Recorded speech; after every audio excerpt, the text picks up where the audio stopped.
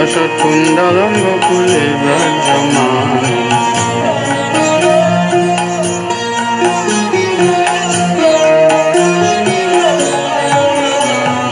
Yashodabhiyo Yukhaladavamanam Paramishamadyanta Kojucharam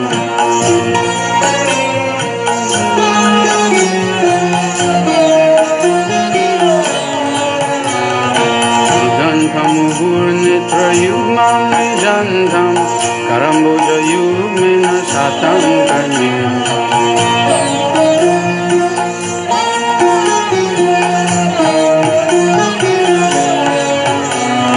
Muhusashakam bhati ekam kakanta Spitagraiva-damodaram bhakti-varam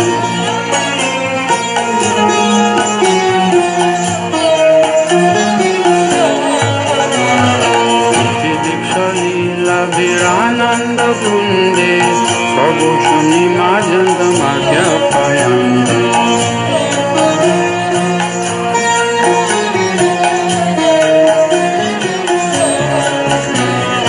Yadeshitageshu Bhaktanjitatam Guna Prematastam Satavritimande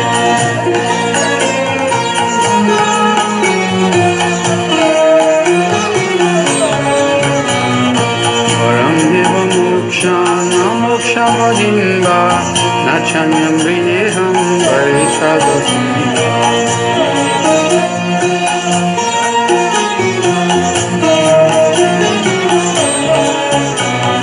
Tiram Deva Purnato Gopala Balam Sadame Manasha Virastam Tiram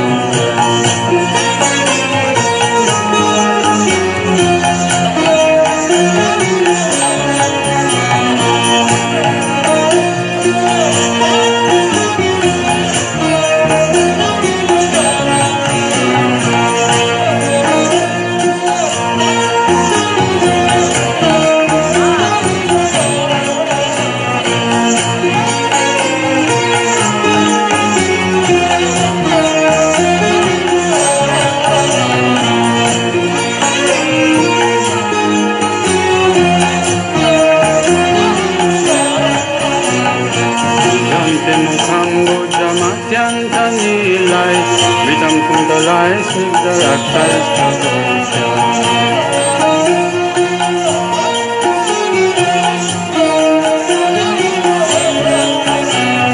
Muhuschumbitam Bimbarakhadarame Manashavirastam Alam Vaksharam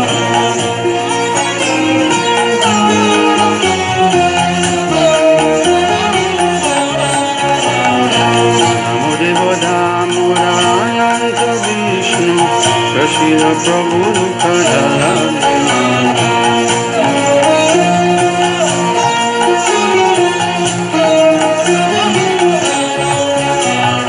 Vipavishti Vrisyati Amvathan Vihaneshama Madhyam Tejasya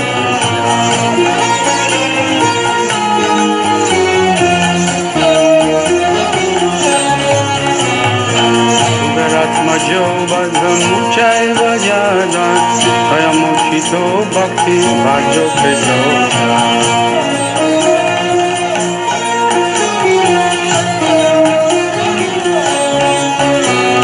Tata Prema Bhakti Swakame Priyacha Namokshe Graho Meti Damodare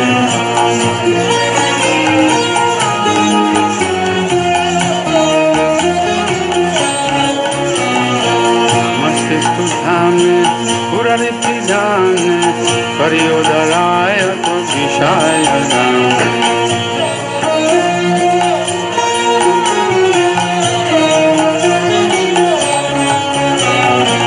Namo Radhikaya Tadiya Priyaya Namo Nandalilaya Devaya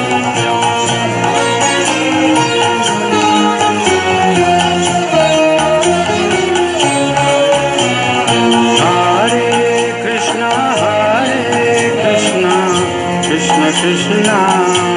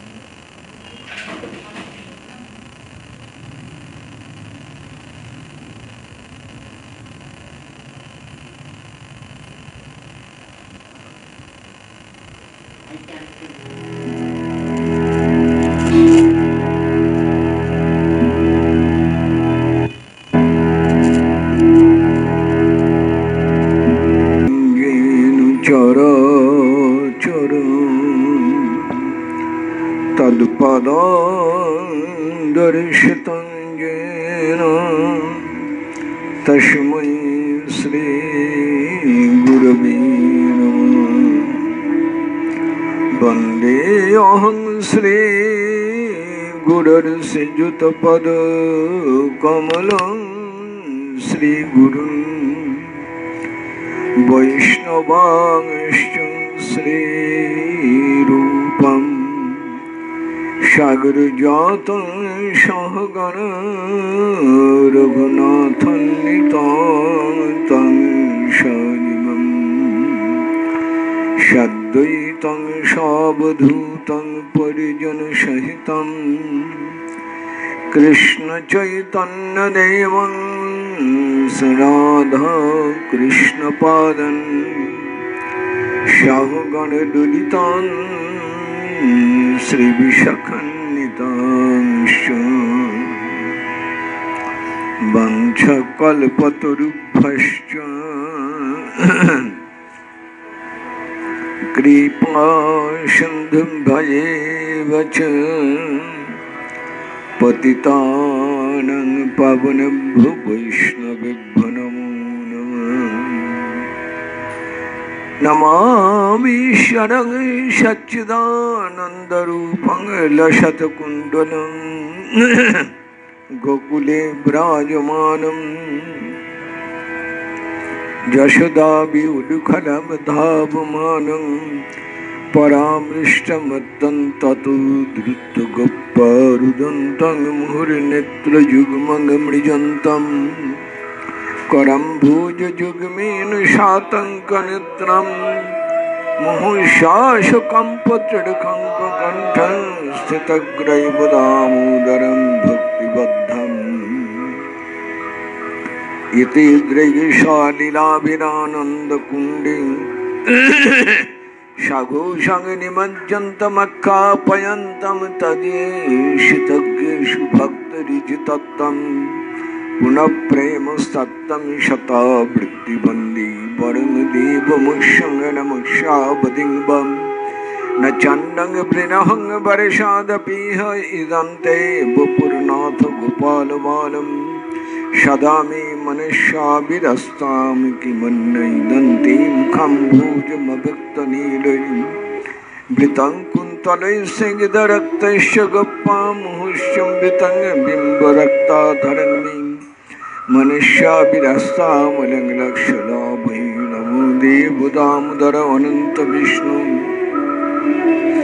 प्रसीद प्रभु दुःखजलब्धिमग्नं कृपादृष्टिपृष्ठातिदीनं भवतानुगृहाणेषु मामग्गमिद्धक्षदिश्य कुबेरात्मजौ बद्धमुक्तैव यद्वन् तया मोचितो भक्तिभाजौ कृतौ च तथा प्रेम भक्तिं शाकां मे प्रयच्छ नमः ग्रह मे स्थिता दामोदरिः नमस्तेऽस्तु धाम्ने स्फुरद्दीप्तिधाम्ने तद्योदरायाथ विश्वस्य धाम्ने नमो राधिका वै तदीयप्रिया वै नमो अनन्तलीलाय देवाय तुभ्यं जय जय श्री पद्मपुराणे रुक्काङ्गदमुनि संवादिं श्री सत्यव्रत मुनि प्रक्तं राधा दामोदराष्टकम्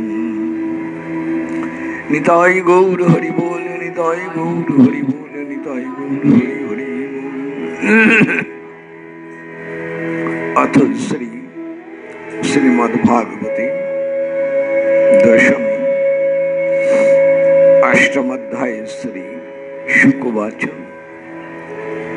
त्रया च उपनिषदभिश्च सांख्ययोगश्च सात्ततोयि उपगीयमान माहात्म्यं हरिं श्यामन्नतात्मजम्। प्रणाम श्री गुरु चरणारविंदी, प्रणाम सकल वैष्णव चरण। प्रणाम प्रभु निताय गौर हरि से राधा राधा वल्लभ गोपाल जी मंदिरे सकल देवता श्रीमद् भागवत वृंदा देवी सकल के प्रणाम। श्री सुखदेव महाराज परीक्षितेर काछे बोलছেন समस्त शास्त्र वेद থেকে आरम्भ করে स्मृति श्रुति पुराण এবং দর্শন শাস্ত্রগুলি সকলেই যার মহিমা বর্ণনা করেছেন উপগীয়মান মাহাত্ম্যং সর্বদাই যার মহিমা বর্ণনা করে চলেছেন সর্বশাস্ত্র তিনি শ্রীহরি। সেই শ্রীহরি মা যশোদার কোলে উপবিষ্ট। এই প্রসঙ্গে গতকাল বলেছিলাম মহাপ্রভু শ্রী সনাতন গোস্বামীকে শিক্ষা দিতে গিয়ে বলেছিলেন কৃষ্ণের যতেক খেলা সর্বোত্তম নরলীলা নর বপু তাহার স্বরূপ গোপবেশ বেণুকর নবকিশোর নটবর নরলীলার হয় অনুরূপ। মহাপ্রভু কাশীধামে শ্রী সনাতন গোস্বামীকে শিক্ষা দিতে গিয়ে বলছেন সনাতন আমার কৃষ্ণের অনেক খেলা অনন্ত লীলাময় তিনি। এর আগে আপনাদের কাছে বলেছিলাম শ্রী গোবিন্দের দুটো ভাগ, একটি খেলা মানে লীলা আর একটি তার কর্ম। তিনি কর্ম করেন, তিনি লীলা করেন, এই দুটার জন্যই তার জগতে আগমন। কর্ম আর লীলা একটু বুঝুন, এই দুটার জন্য তিনি জগতে নেমে আসেন। যখন জগতের প্রয়োজনে করেন তার নাম কর্ম, যখন নিজের প্রয়োজনে করেন তখন তার নাম লীলা। পার্থক্য এইখানে, কর্ম সবার জন্য, লীলা নিজের জন্য। আনুষঙ্গিক ভাবে সবাই পেয়ে যায়, কিন্তু মূল হচ্ছে লীলার মূল উদ্দেশ্য নিজের বাঞ্ছা পূরণ, নিজের আকাঙ্ক্ষা পূরণ, আর কর্ম সবার জন্য। কর্মের উদ্দেশ্য কি? পরিত্রাণায় সাধুনাং বিনাশায় চ দুষ্কৃতাম ধর্ম সংস্থাপনার্থায় সম্ভবামি যুগে যুগে। এটা কর্ম, একে লীলা বলা যাবে না। কর্ম কোনটা? কর্ম যেমন ধরুন গোবর্ধন ধারণ, এটা কর্ম, সবার উপকারের জন্য করছেন। কালীয় দমন করছেন, দাবানল পান করছেন, অগাসুর বাকাসুর বধ করছেন, গীতা উপদেশ করছেন, রাজকন্যাগণকে উদ্ধার করছেন, সবই তার কর্ম। কিন্তু যখন বৃন্দাবনে গোষ্ঠ যাত্রা করছেন, রাস লীলা করছেন, ঝুলন লীলা হচ্ছেন, নৌকা বিলাস হচ্ছেন, দান লীলা, মান লীলা, এগুলো লীলা, এগুলো নিজের প্রয়োজন। লীলা সবার জন্য নয়, কর্মটা বিশ্ব জগতে সবার। লীলার কর্মের এই পার্থক্য। তো ভগবান আসেন এই দুইটা নিয়ে, কি রূপে? মহাপ্রভু বলছেন নানান যুগের নানান রূপ। যুগ চারটা, রূপ অনেক। মৎস্য, কুর্ম, বরাহ, নরসিংহ, বামন, হংস, হয়গ্রীব, দত্তাত্রেয়, বুদ্ধ, কল্কি, শ্রী রামচন্দ্র, নানান রূপ ধরেন। ঋষভদেব, হংস, কত রূপ তার, ব্যাসদেব, অনন্ত রূপ। এই অনন্ত রূপ ধরে তিনি শ্রীকৃষ্ণ জগতে আসেন।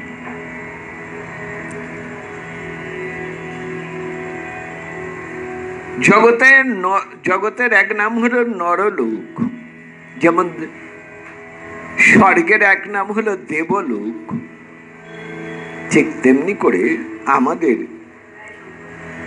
এই জগতের নাম, এই পৃথিবীর নাম হলো নরলোক বা ভূলোক। নরলোক বা ভূলোক, পৃথিবীর এই নামটা মনে রাখুন, নরলোক বা ভূলোক। নরলোকে এসে এই যে লীলা করছেন একে বলা হয় নরলীলা। এইখানেই অনেক পণ্ডিত ভুল করেছেন। তারা বলেন নররূপে যে লীলা করেন তার নাম নরলীলা। এ কথা আমাদের গৌড়ীয় বৈষ্ণবগণ, আচার্যগণ স্বীকার করেননি। এটা সম্পূর্ণ ভুল কথা। কারণ পরের শব্দেতেই বলছেন নরবপু তাহার স্বরূপ, অর্থাৎ শ্রী গোবিন্দ নানান রূপ ধরতে পারেন, কিন্তু তার নিজস্ব যে রূপ, সেই নিজস্ব রূপটাই হচ্ছে তার মানবাকৃতি। দ্বিভুজ কেমন? গোপবেশ বেণুকর নবকিশোর নটবর, এটা তার স্বরূপ। কিন্তু তিনি যখন বামন দেব হন, তিনি যখন রাম রূপ ধারণ, তিনি যখন নরসিংহ দেব হন, তিনি যখন হংস হয়গ্রীব হন, ওগুলো কিন্তু তার স্বরূপ নয়। ওগুলো হচ্ছে তার এক একটা রূপ, এক এক প্রকার প্রকাশ। স্বরূপ সাক্ষাৎ শ্রী গোবিন্দ, এবং সেই স্বরূপটি একমাত্র বৃন্দাবনে গোপবেশ বেণুকর নবকিশোর নটবর। তাহলে নরলীলা মানে কি বুঝলাম? নর জগতে যে লীলা, মানব জগতে যে লীলা, বৃন্দাবনে এসে যে লীলা, সেই লীলা হলো নরলীলা। এই লীলা কেমন? এতটুকু ভগবান বলে তার কোনো প্রকাশ নেই। বৃন্দাবনে শ্রীকৃষ্ণ ভগবত রূপ প্রকাশ করেন নাই, ভগবান নন তিনি। মা যশোদা নন্দের কাছে তিনি পুত্র, নিজের ছেলের মা। কেমন পুত্র? নিজের সর্বদা রক্ষণীয় দুরন্ত শিশু পুত্র, আমার পেটের ছেলে, দুরন্ত। কিরকম দুরন্ত? সুখদেব বলছেন কৃষ্ণ দুরন্ত। আজকে এখানে এই তাম্রনাথ লীলা প্রসঙ্গে এই দুরন্ত শব্দটি নিয়ে একটু আলোচনা করি। দুরন্ত কথাটার প্রচলিত অর্থে আমরা বলি যে খুব দুষ্টু করে, দুষ্টুমি কাজ করে, তারে বলি দুরন্ত। গোপাল অত্যন্ত দুরন্ত। সেই দুরন্ত গোপাল, চঞ্চল গোপাল কিরকম দুষ্টুমি করেন? ব্রজ মায়েরা মা যশোদার কাছে বলছেন আমাদের ঘরেও ছেলেরা আছে গোপালের সমবয়সী, কিন্তু গোপালের মতন এত দুষ্টুমি তাদের করতে দেখা যায় না। গোপাল দুষ্টুর শিরোমণি। কিরকম? মা যশোদা বলছেন, আমার ছেলের নামে বলছো কি দুষ্টুমি করেছে? মানে গোপাল নবনীত হরণ করেন, গোপাল চুরি করেন নবনীত। ওর এই চুরি করা একটা অভ্যাস দাঁড়িয়েছে। একদিন করলে দুদিন করলে কিছু বলতাম না, কিন্তু নিত্য নিয়মিত গোপাল চুরি করে যাচ্ছে। মা যশোদা বলছেন, গোপাল চুরি করছে নবনীত, আর তোমরা নালিশ করছো? শোনো, তোমাদের ঘরে ঘরে গিয়ে গোপাল যে নবনীত চুরি করেছে তার 10 গুণ না হয় আমার ভান্ডার থেকে নিয়ে যাও, তবু আমার ছেলেকে চোর বলো না। মায়ের খুব কষ্ট হচ্ছে, তবু মা হাসছেন, বললেন আমার ছেলেটি শিশু, অবোধ। দেখেছেন ভগবানকে অবোধ শিশু বলে মনে করছেন। সত্যম জ্ঞানম অনন্তাঙ্গম বলে যাকে সর্বশাস্ত্রে বলছেন, মা যশোদা বলছেন আমার ছেলের কোনো হিতাহিত জ্ঞান নেই, ভালো মন্দ জ্ঞান নেই, আপন পর জ্ঞান নেই, ওর কাছে সব সমান। ওর কাছে নিজের ঘর কি আর পরের ঘর কি কিছুই জানে না। এত সরল আমার ছেলেটি। তোমাদের ঘরের পাশ দিয়ে যাবার সময় নবনীত দেখে বোধহয় ওর একটু ইচ্ছে হলো, তাই নিজের মনে করে তুলে নিল।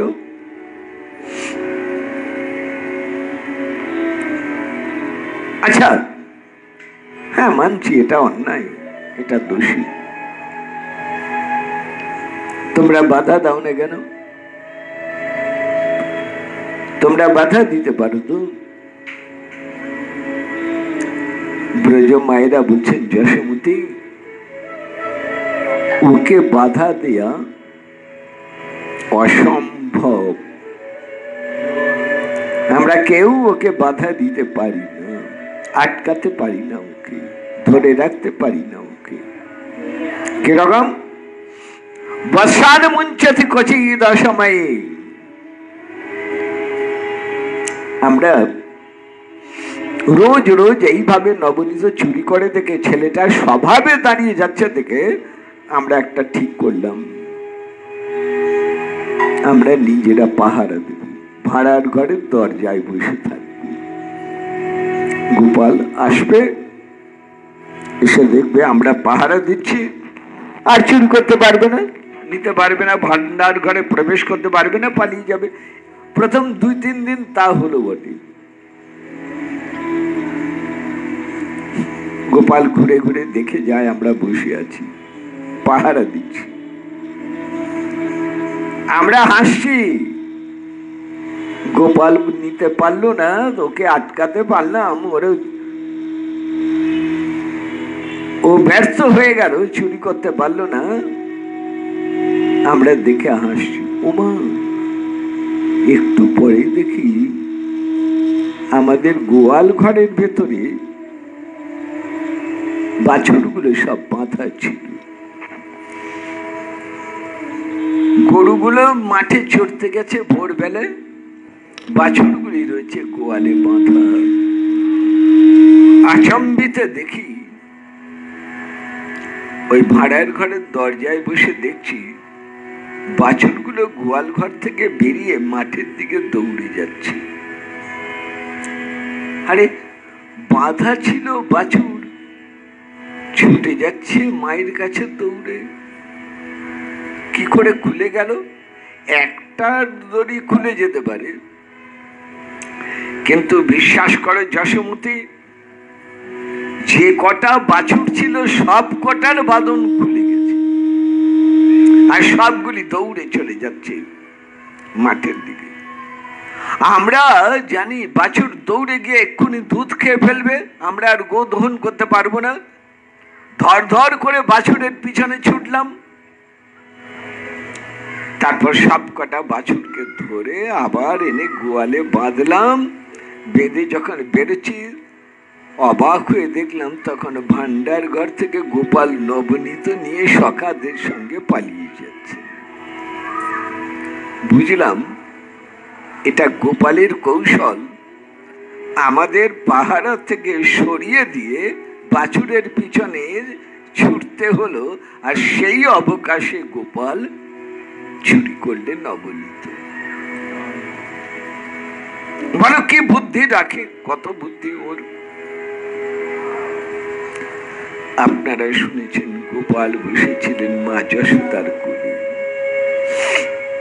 মা যশোদা এবার বলেন, তোমাদের কথা তো শুনলাম, এবার শুনি আমার গোপাল কি বলছে। গোপাল মা যশোদার কোলে বসে মায়ের চিবুকে হাত রেখে বলছেন, মা ওদের কথা বিশ্বাস করো না, ওরা আমাকে দেখার জন্য ছল করে এসে তোমার কাছে নালিশ করছে, দেখছে আমি রাগ করি কিনা। ওদের কথা বিশ্বাস করো না মা, এগুলো ওদের এক একটা বাহানা। মা যশোদা বলছেন, আচ্ছা দাঁড়া গোপাল, একটা কথা বলো তো, তুমি কি ওদের গোয়াল ঘরে ঢুকেছিলে? কিভাবে মা যশোদা আরম্ভ করলেন দেখুন, তুমি কি ওদের গোয়াল ঘরে ঢুকেছিলে? গোপাল বলছেন, সরল মনে বলছেন, হ্যাঁ ওদের বাড়ির পাশ দিয়ে যাচ্ছিলাম, কানে এলো বাছুরগুলো ডাকছে। কাকে ডাকছে? গোপাল বলছে, না আমাকে ডাকছে। না না, মাকে ডাকছে। ব্রজ মায়েরা বলছেন মাকে ডাকছেন। গোপাল বলছেন, তার আগে একটা আ শব্দ জুড়ে দাও। কি দাঁড়াবে? আমাকে ডাকছে। মাকে ডাকেন না আমাকে ডাকেন? গীতায় শ্রী গোবিন্দ বলছেন, যে যাকেই ডাকুক সবার ডাকের লক্ষ্য একমাত্র আমি। যে যার আরাধনা করুক,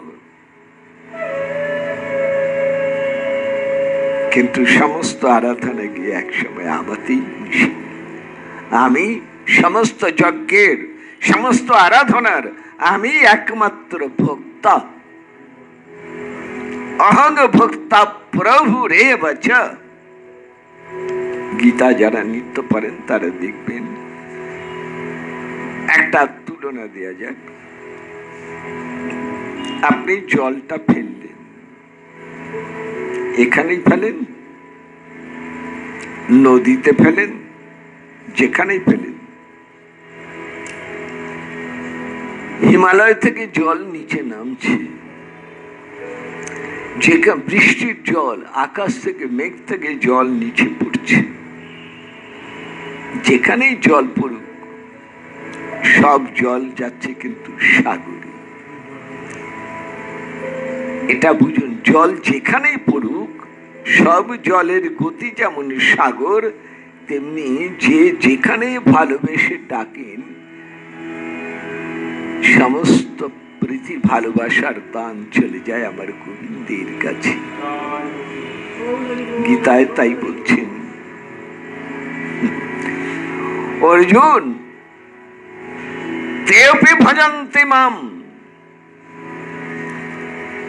যেপি অন্য দেবতাসু তেপি ভজন্তি মাম। যারা অন্যান্য দেবদেবীর আরাধনা করছে তারাও কিন্তু আমারই আরাধনা করছে, কিন্তু তারা জানে না, তারা মনে করে আমি এই দেবদেবীর আরাধনা করলাম, আর সেই দেবদেবীর আরাধনা করে যে ফল পায় সেই ফলটাও কিন্তু আমি দিই। অর্থাৎ যারই পূজা করুক আমি পূজা গ্রহণ করি, আবার যাই যেই আশীর্বাদ লাভ করেন সেই আশীর্বাদ মূলত আমার গোবিন্দের আশীর্বাদই লাভ করেন। এই হচ্ছে গীতা।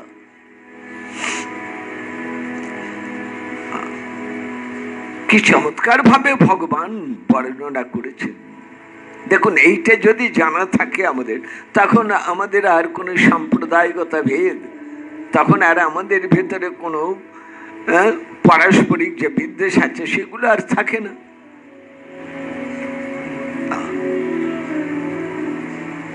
খুব সুন্দর একটা কথা আছে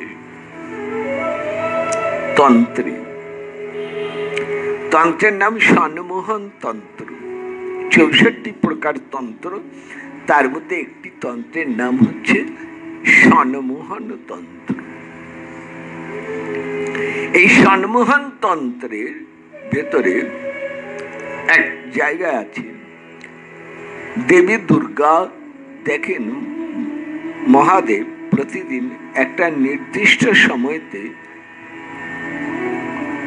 ঘর থেকে বেরিয়ে কিছুটা দূরে একটা ফাঁকা জায়গাতে বেলগাছ তলায় বসে স্তব পাঠ করে। মা দুর্গার খুব কৌতূহল হলো। তিনি একদিন মহাদেবকে জিজ্ঞেস করছেন, আপনি ঈশ্বর স্বরূপ, আপনি প্রতিদিন ওই জায়গায় বসে স্তব মন্ত্র পাঠ করেন, কার স্তব মন্ত্র পাঠ করেন? মহাদেব বললেন, আমি বৃন্দাবনে বিহারী শ্রী নন্দ নন্দন মা যশোদার প্রাণধন গোপালের স্তব পাঠ করি। গোপালের 1000টা নাম, যেমন নারায়ণের 1000 নাম বিষ্ণু সহস্র নাম, তেমনি আমি গোপাল সহস্র নাম পাঠ করি। তাতে গোপাল বড় সন্তুষ্ট হন। মা দুর্গা বললেন, আপনি আমাকে বলুন। মহাদেব বলছেন, না, তোমাকে বলা যাবে না, কারণ তুমি গোপন রাখতে পারবে না, তুমি বলে ফেলবে।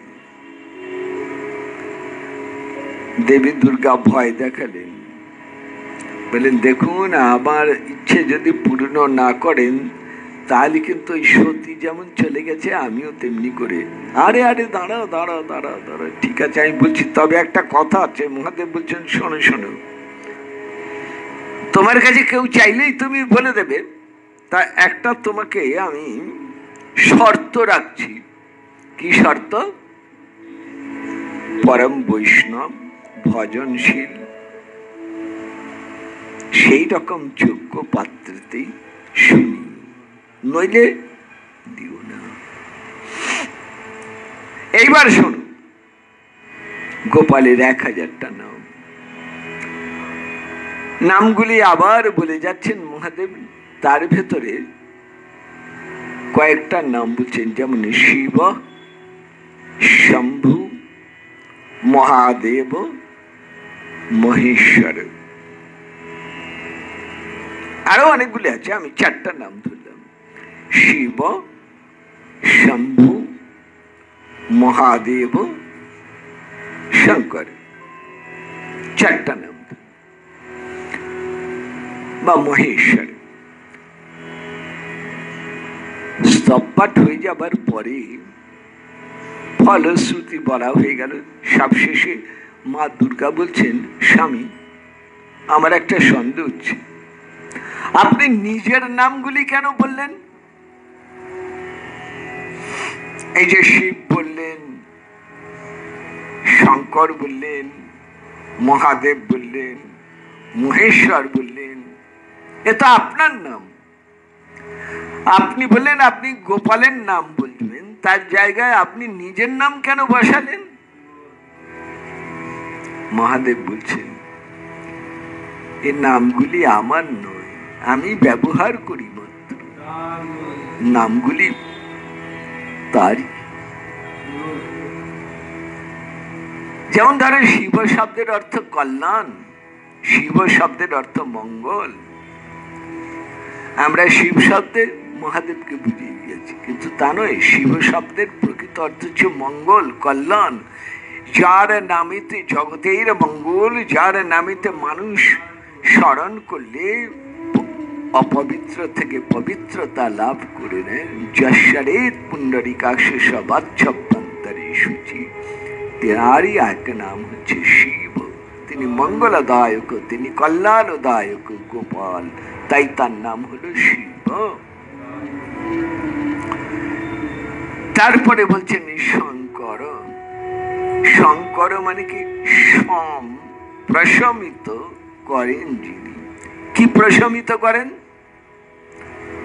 মন চঞ্চল ছুটে ছুটে যায় বিষয় থেকে বিষয়ান্তরে, এক চিন্তা থেকে আরেক চিন্তা, আরেক চিন্তা থেকে আরেক চিন্তা। ভজনে মন লাগে না, বুঝতে চায় না।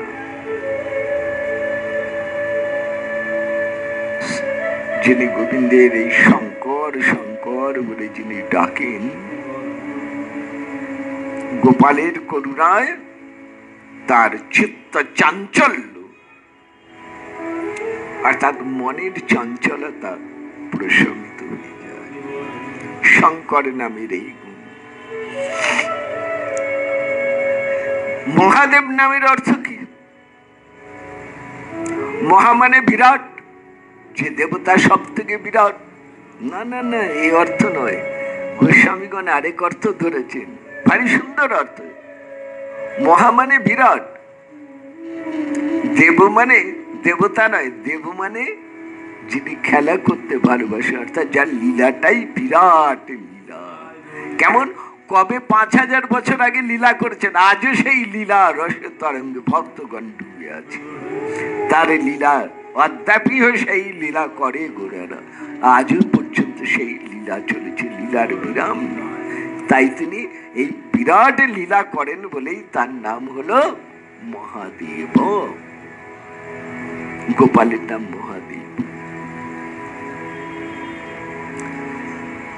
মহেশ্বর, এটা গীতাতে নিজেই বলেছেন, বললেন ভক্তারং জগৎবশং সর্বলোক মহেশ্বরম সুহৃদং সর্বভূতানং জ্ঞাতমং শান্তি পৃচ্ছতি।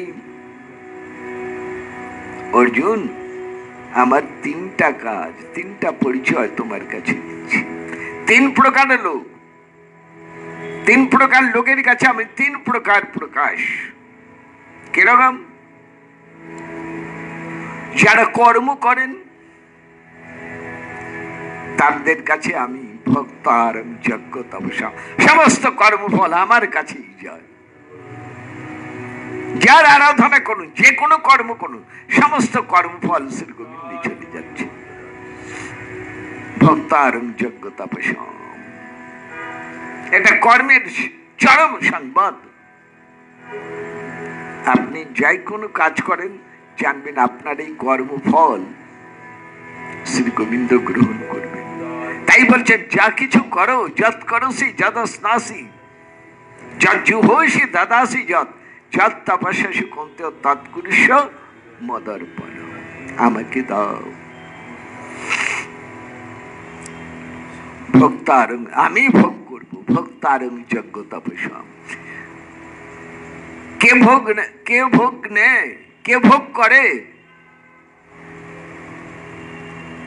ধরুন আপনি একটা সিনেমা দেখছেন, আমি একটা সুন্দর গান শুনছি, কে ভোগ করলো? আমার মন। চোখ বা কান দিয়ে এসে আমার মন ভোগ করলো। শ্রী গোবিন্দ বলছেন, না না, মন নয়, মন সেই আনন্দকে নিয়ে যায় বুদ্ধিতে, বুদ্ধি নিয়ে যায় আত্মায়, আত্মা থেকে চলে যায় পরমাত্মা শ্রী গোবিন্দের কাছে। ভক্তারং যজ্ঞ তপস্যা সর্বলোক মহেশ্বরম। এটা জ্ঞানীর কাছে, তিনি বিরাট সর্বলোকের মহা ঈশ্বর। তিনি তারই ঈশ্বর অনন্ত বিশ্ব ব্রহ্মাণ্ড সৃষ্টি স্থিতি প্রলয় হচ্ছে মহেশ্বরম। এটা জ্ঞানের চরম সংবাদ। ভক্তি সংবাদ সুহৃদম সর্বভূতানাম, তিনি সবার বন্ধু, একান্ত প্রিয়জন, সুহৃদ। বন্ধু বিপদে পড়লে বন্ধু ছুটে যায়, তেমনি আমরা যখন বিপন্ন হই হা কৃষ্ণ বলে ডাকি, শ্রীকৃষ্ণ ছুটে আসেন আমাদের কাছে। এর নাম নরলীলা, একেই বলে নরলীলা। গতকাল নরলীলা শব্দটা ব্যবহার করেছি, কিন্তু আজকে নরলীলার বিস্তারিত বললাম।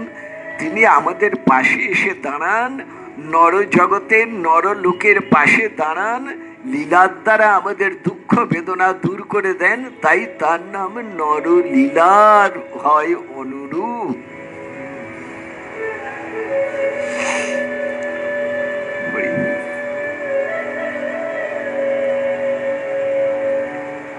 গোপাল বলছেন, মা জিজ্ঞেস করছেন, তুমি গিয়েছিলে ওদের গোয়াল ঘরে? গোপাল বলছেন, হ্যাঁ মা। কেন গেলে? বললেন বাছুরগুলি ডাকলো যে। বলে বাছুর তো তার মাকে ডেকেছে। গোপাল বলছেন, না, আমাকে ডেকেছে। তোমরা ভাবো মাকে ডাকলো, আমার কানে এলো যেন আমাকেই ডাকছে। যে মা মা বলে ডাকছে, তোমরা ভাবে সে মাকে ডাকছে, আমি জানি আমাকেই ডাকছে। যদি বলে না মা মানে শুধু মা, সেখানে আমাকে শব্দ কেন যোগ করব? তাহলে বলি, গীতায় বলছেন অর্জুন, এই জগতের বাবাও আমি, মাও আমি। পিতামহস্য জগত মাতা ধাতা পিতামহ। ব্যক্তং পবিত্রমঙ্কারং রিক্ষাম যজুরেব চ। আমি মা, আমি বাবা, আমি পালন কর্তা, আবার আমি বাবারও বাবা, পিতা। এই যে ভগবান, তিনি এখন বলছেন মা ওরা ডাকলো, আমি মনে হলো আমাকে ডাকছে, যে আমায় ডাকে আমি তার কাছে ছুটে যাই। এই আমার স্বভাব, ডাকলেই আমি যাই। আমি কান পেতে থাকি, মা কে কোথায় কখন আমাকে ডাকবে, আমি সেই ডাক শুনবার জন্য আমি কান পেতে থাকি। এটা মনে রাখুন, আপনার একটা কৃষ্ণ বলাও মিথ্যে হয়নি। আপনি যতবার কৃষ্ণ বলেছেন, আপনি ভুলে গেছেন কয়বার কৃষ্ণ বলেছেন সারা জীবনে। তিনি বলেননি, তিনি বলছেন তুমি যতবার কৃষ্ণ বলেছ আমি মনে করে রেখে দিয়েছি, ধরে রেখেছি। তোমার মুখের প্রতিটা কৃষ্ণ নাম আমার কানে গেছে, আমি শুনছি, আমি কান পেতে শুনছি। তুমি যতবার কৃষ্ণ বলছো আমি ততবার ধরে ধরে রেখেছি আমার নাম। কি করুণা তার দেখুন, কি কৃপা তার উপরে দেখুন। আচ্ছা, যদি কেউ কুতর্ক করে, বলে আচ্ছা কেউ যদি মনে মনে কৃষ্ণ বলে, শ্রী গোবিন্দ বলছেন হ্যাঁ, যদি জিহ্বায় নাও করতে পারে, মনে মনে যদি নাম করে সেটাও আমার কানে পৌঁছায়। শুধু তাই নয়, কেউ যদি নাম চিন্তা করে, নাম ভজ নাম চিন্ত, নাম যদি কেউ চিন্তা করে সেটাও আমি বুঝতে পারি। আর যদি কেউ নাম করতে না পারে, ধরুন বাক শক্তি নয়, জিহ্বা নয়, এমন সব প্রাণী যদি, তারা কি হয় বলে তাদের গায়ের নামের ধ্বনি যায়, তাদের ছুঁয়ে যায়, তাতেই তাদের নাম করার ফল হয়, আর সেই ফল ভোগ করি আমি। এই কৃষ্ণ কৃপা। তাই আমি ছুটে যাই, যেখানে আমার নাম করে আমি সেখানে ছুটে যাই।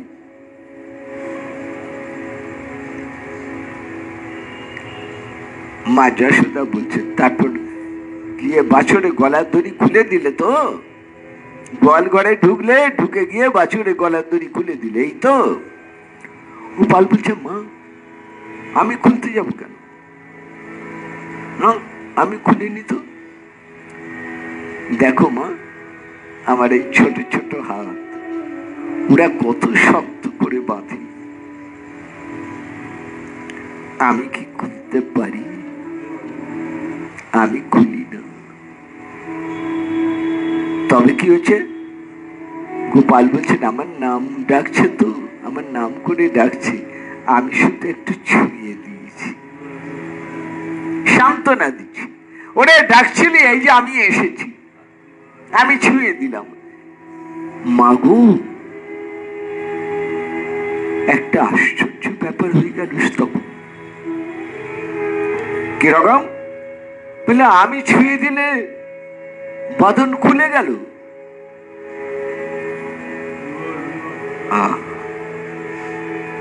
শ্রীধর সাঁইপাদ চোখের জলে দিচ্ছেন, প্রভু এই তো তোমার কৃপা, যারে ছুঁয়ে দাও, নাম রূপেও যারে ছুঁয়ে দাও, তার ভব বন্ধন ঘুচে যায়। সামান্য দড়ির বাঁধন তো তুচ্ছ তার কাছে। যার নাম শ্রবণে ভব বন্ধন ঘুচে। শ্রী বৃন্দাবন দাস ঠাকুর পাদ শ্রী চৈতন্য ভাগবতে বলছেন, নাম করতে না পারলেও নাম শুনলেও ভববন্ধন ঘুচে যায়। তাই গোপাল বলছেন, মাগো আমি জানতাম না যে আমি ছুঁয়ে দিলে বাঁধন খুলে যাবে। তারপরে আরেকটা আশ্চর্য ব্যাপার, আমি সবগুলোকে ছুঁই নাই, আমি ছুঁয়েছি একটাকে, আর যেটা কাছে ছিল সেটাকে ছুঁয়েছি। এবার তার সঙ্গ যে পেল তারও বাঁধন খুলে গেল, আবার তার সঙ্গ যে করলো তারও বাঁধন খুলে গেল। এইভাবে দেখা গেল এক নিমেষে ওই গোয়াল ঘরের ভেতরে যতগুলি বাছুর ছিল সবার বাঁধন খুলে গেল। কথাটা আরেক দিক থেকে বুঝল, এই বাছুর মানে বৎস, বৎসকে আমরা, পার্থ বৎস সুধীর ভক্তা দুগ্ধং গীতামৃতম। বাছুরকে বৎস, বৎস মানে সন্তান, আমরা সেই বাছুর। আমরা বাধা পড়ে আছি কিসে? মায়া বন্ধনে। আমরা বাধা পড়ে আছি অষ্টপাশে। তন্ত্র বলছেন আমাদের 8 প্রকার বাঁধন, একটা নয় 8 প্রকার বাঁধন। গীতায় বলছেন 3 প্রকার বাঁধন, সত্য রজতম ত্রিগুণের বন্ধন। তন্ত্র বলেন 8 প্রকার বাঁধন, লজ্জা ঘৃণা মান ভয় ইত্যাদি করে 8 প্রকার বাঁধন। ভাগবত বলছেন 3 প্রকার হোক আর 8 প্রকার হোক, শত শত জন্মে কোটি কোটি জন্মের বাঁধন, কর্মফলের বাঁধন খুলে যায় যদি একবার হা গোবিন্দ বলে যদি ডাকতে পারে। হা কৃষ্ণ তোমার হই যদি বলে একবার, তৎক্ষণাৎ কৃষ্ণ তারে করে না মায়া পার, বন্ধন থেকে মুক্ত হয়ে যায়। অজামিলের কত দুষ্কর্ম ছিল, কিন্তু ওই মৃত্যুকালে পুত্র নারায়ণকে ডাকলে নারায়ণের নাম উচ্চারণ মাত্রে দেহ ত্যাগ হলো, আর সেই নারায়ণের নামের গুণে অজামিল ভববন্ধন থেকে মুক্তি লাভ করলেন। বাদশার মুঞ্চতি কচি, সময়ে নয় অসময়ে খুলে দেয়। মা যশোদা বলছেন, গোপাল তোমার কি সময় জ্ঞান নেই? কখন খুলতে হয় কখন বাধ্য হয় এই জ্ঞানটা তোমার নেই? গোপাল হাসেন, এসে বলছেন, মা সময়ের বিচার তোমরা করো, আমি সময়ের বিচার করি না। কেন? তিনি নিজেই তো সময়, তিনি নিজেই তো কাল রূপ। রাজা সবার বিচার করেন, কিন্তু রাজা নিজে বিচার, তিনি তার ঊর্ধ্বে, তাই না? তা তেমনি করে ভগবান সময়ের অধীন করেছেন আমাদের, কিন্তু নিজে তিনি সময়ের অতীত। একটা প্রমাণ রেখে আমাদের বয়স বাড়ে, তার বয়স বাড়ে। তিনি চির কিশোর, তিনি নিত্য কিশোর, তিনি সর্বদাই কিশোরা। তাই তিনি বলছেন জগৎ কালের অধীন, কিন্তু কাল আবার আমার অধীন। এইটাই একটু বুঝবার আছে। তাই আমি সময় জানি না, আমি এইটুকু জানি। আহা, গোপাল বলছেন আমি এইটুকু জানি যে প্রবল আরতি নিয়ে, প্রবল বেদনা নিয়ে, প্রবল প্রীতি নিয়ে, তিনটা আরতি নিয়ে, বেদনা নিয়ে, প্রীতি নিয়ে একবার যদি হা কৃষ্ণ বলে, আমি তৎক্ষণাৎ তার সমস্ত দুর্গতি দূর করে দিই, তাকে মুক্ত করে দিই। বাদশার মুঞ্চতি কচি সময়ে, আমি সময় বিচার করি না, এখন খোলা উচিত কি না আমি সে বিচার করি না। দেখুন একটা কথা এখানে বিচার, তারই আর এক রূপ মৃত্যু রূপ। সে কি সময় বিচার করে এসে দাঁড়ায় না, সময় বিচার করে এসে দাঁড়ায় না। যখন তখন এসে বলেন চলো, আর চলো বললেই চলতে হয়। পড়ে থাকে দেহ, পড়ে থাকে ঘর, পড়ে থাকে তার সমাজ, পড়ে থাকে তার সংসার, পড়ে থাকে তার প্রিয়জন, সব ছেড়ে মহাকালের সাথে সাথী হয়ে যায়। সময় না সময় বিচার করেন না। তাই এখানে ভাগবতে সুস্পষ্ট করে বলছেন সবাই সময়ের অধীন, কিন্তু ভগবান শ্রী গোবিন্দ আমার সময়ের অধীন নয়। তিনি লীলাময়, স্বেচ্ছাময়, স্বাধীন। দামবন্ধের লীলা শুনছেন আপনারা। আগামীকাল শারদ রাস যাত্রা শ্রীকৃষ্ণ, শ্রী শ্রী লক্ষ্মী দেবীর আরাধনা। এই শারদ রাস যাত্রা প্রসঙ্গ আগামীকাল একটু আলোচনা করব, একটু শোনাবো রাধা বল্লভকে শ্রী রাস পূজার প্রসঙ্গ। তো মার্জনা করুন, কালকে নয় পরশু দিন। কালকে পাঠ হবেন না, সম্ভব নয়। পরশু দিন আবার আমরা এই পাঠে বসবো, কালকে আরাধনায় থাকব। সেই জন্যে আগামীকাল এই অনলাইন পাঠের বিরতি থাকছে। এই অনলাইন পাঠ আবার শুনবেন পরশু দিন রাত্রি 8:30টার সময়। তাহলে আজকে এই পর্যন্ত হয়ে রইল। নিতাই গৌর হরি বল, নিতাই গৌর হরি বল, নিতাই গৌর হরি হরি বল।